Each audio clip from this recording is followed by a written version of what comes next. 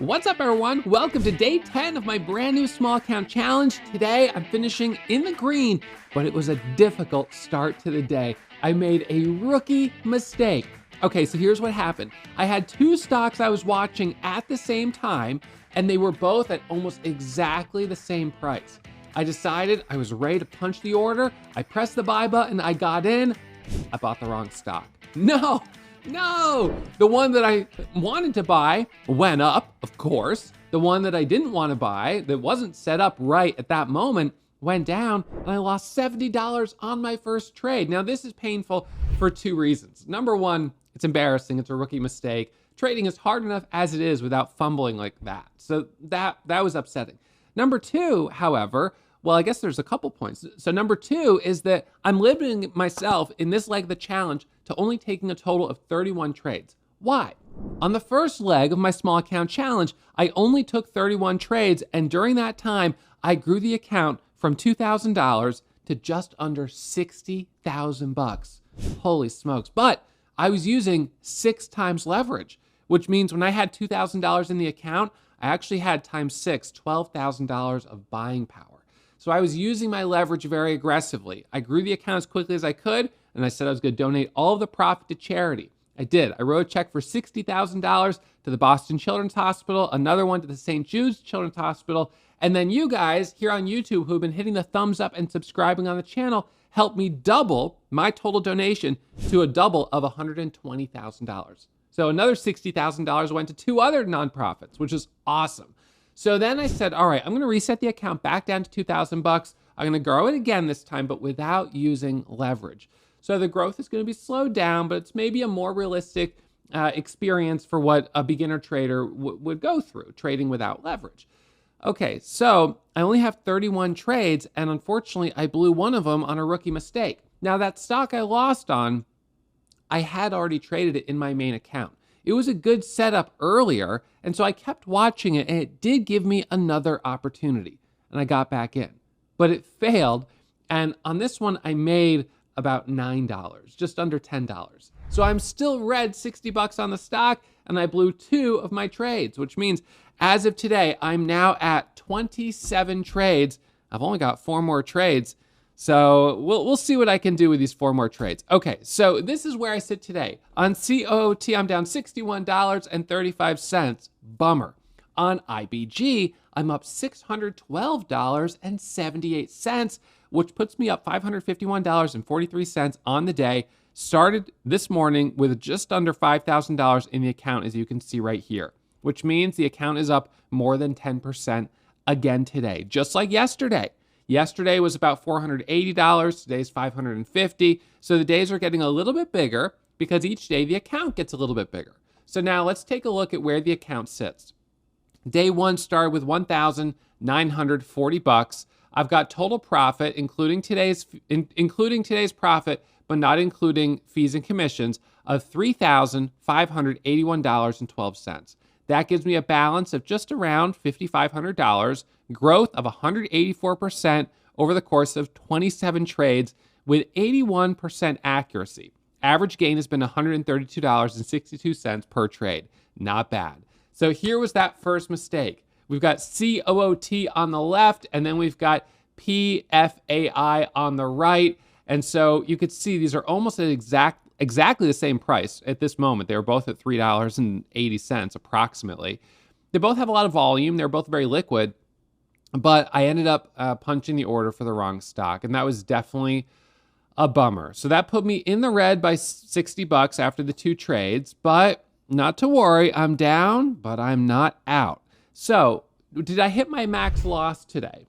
No, I didn't hit my max loss. What is my max loss? 10% of the account. I don't want to lose more than 10% in one day. So max loss today, about $500, was down 60, no big deal. And I still felt calm, cool, and collected, so I had no problem taking another trade. So what was the next stock I traded? Well, the next stock was actually breaking news on IBG. So this ticker, IBG, comes out with breaking news right here at 8 a.m. And you can see immediately, as soon as the news comes out, this thing starts spiking up. It makes a huge move. It goes from about $3.40 to $3.80 to $4 to $4.40, $4.50, $4.60, $4.70, all the way up to $5. then it dips down just for a moment, then it rallies up through 5 all the way to 670. It dips again, and I bought that dip. So where did I take my trade on it? After this squeeze here, it dips down, and it dips down to about 570. And as it dips down there, this is a 10-second chart, by the way. So I don't put a lot of weight into the topping tail candle. On a 1-minute chart, I will, but on a 10-second chart, I don't really put as much focus on that. So it dips down here. I pull up the news, and I see that the news headline was that it's a merger. And I thought, okay, I think I can work with that headline. Now, if we pull up the scans here, if we go back here to 8 a.m., this is, of course, the software that I'm using every single day. And COOT and PFAI and IBG.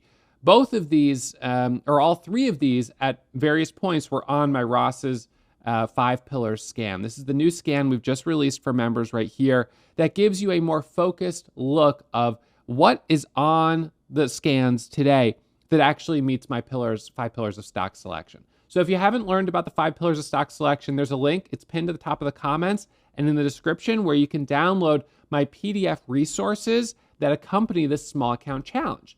One of the goals that I had when I began this challenge was that I would document everything along the way so that you guys could have a record that you could go back and review to help you understand the strategy that I'm trading, why I'm buying the stocks I'm buying, where I'm getting in, where I'm getting out. Okay, so now we can see the scans right here. So COOT, this is one of the first ones that I traded this morning. This was in my main account. I'm not going to do a recap of the main account, but I'll just put my P&L here so you can see. It was a solid day, $37,745.09. It was a really good day. COO2 made a nice move earlier.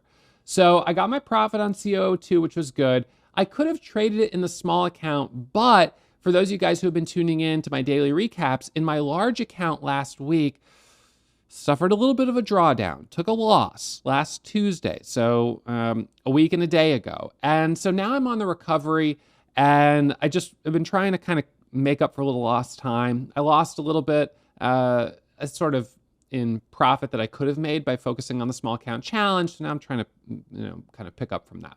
So anyways, IBG hits our scanners here this morning at 8 a.m. right here. So boom, it hits the scanner. It's got news. It goes from 5 to 520, 526. It goes all the way up to 660, and then it dips down. So when it dipped down there, and I'll pull my slide back up, I looked at that, I saw the headline, and I was like, I'm going to go ahead and buy the dip. So how did I do it? Well, I press Shift 1. So I type in the symbol, and I press Shift 1. And Shift 1 is automatically going to enter the order using basically all of my buying power, but not using any leverage. So just my cash account. So basically, it does a calculation of the most number of shares I can afford with this cash right here, and an order that's about 20 cents above the current price. So 475, 456. So 20 cents above the current price. All right, so I click that and then I send it and I'm in the trade. Now I ended up getting filled on it at about 572 and 579, which gave me an average of about 575, 577. So I'm in right down here. Stop is in the low down here at about 555. And it immediately pops back up over 6 and goes up to a high of 640, which was good. But what did I want to see it do? I wanted to see it rip through a new high of day, and it didn't. So I jumped back out. So on that first trade, I made about 30 cents, $300, from 575 all the way up to the exit, which is around $6.12. I didn't get out at the very top of this candle because I was holding and hoping for a little bit of a bigger move. But once I got my exit indicator that it couldn't break that level, I jumped out. It dips back down, comes back up again, dips back down, and I got back in right here because we were breaking over this pivot. So we're stair-stepping down here, making lower highs, and then as soon as we broke that price right there, we're making a higher high, which indicates the trend is changing, and I'm looking for a retest of the high. So I jumped back in that basically the same type of way, Shift 1, sent the order, just under 1,000 shares. It squeezes up here to 60, but it wasn't able to pull away up to 70 and 80, and I took my profit quickly. So 2 trades on it, ended up making about 30 cents a share on each trade, which is pretty solid. So about 60 cents total on IBG, which, is better than I would expect. My average winner is 18 cents a share.